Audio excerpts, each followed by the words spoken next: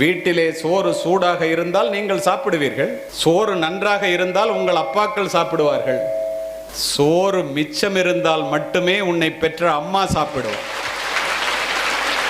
நான் உலகம் முழுவதும் சென்று உரையாற்றுபவன். ஒரு மாதத்திற்கு 2 நாடுகளில் உரையாற்றுவதற்காக பயணிப்பவன். நான் பார்த்தது என்ன தெரியுமா? உலகத்திலேயே தனக்காக சொத்து சேர்க்காத அப்பாவும் தனக்காக சமைக்காத அம்மாவும் இந்தியாவை தவிர எந்த நாட்டிலும் இல்லை.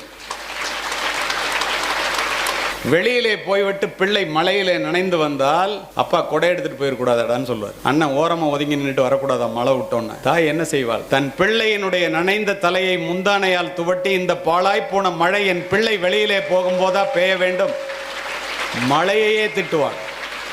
பூமிக்கு அடியிலே இருக்கின்ற நீரானது கிணற்றின் மூலம் முகம் காட்டுவதைப் போல, பசுவினுடைய உடலிலே இருக்கின்ற பாலானது மடிக்காம்பிலே சுரப்பதைப் போல, இறைவன் ஒவ்வொரு வீட்டிலும் தனித்தனியாக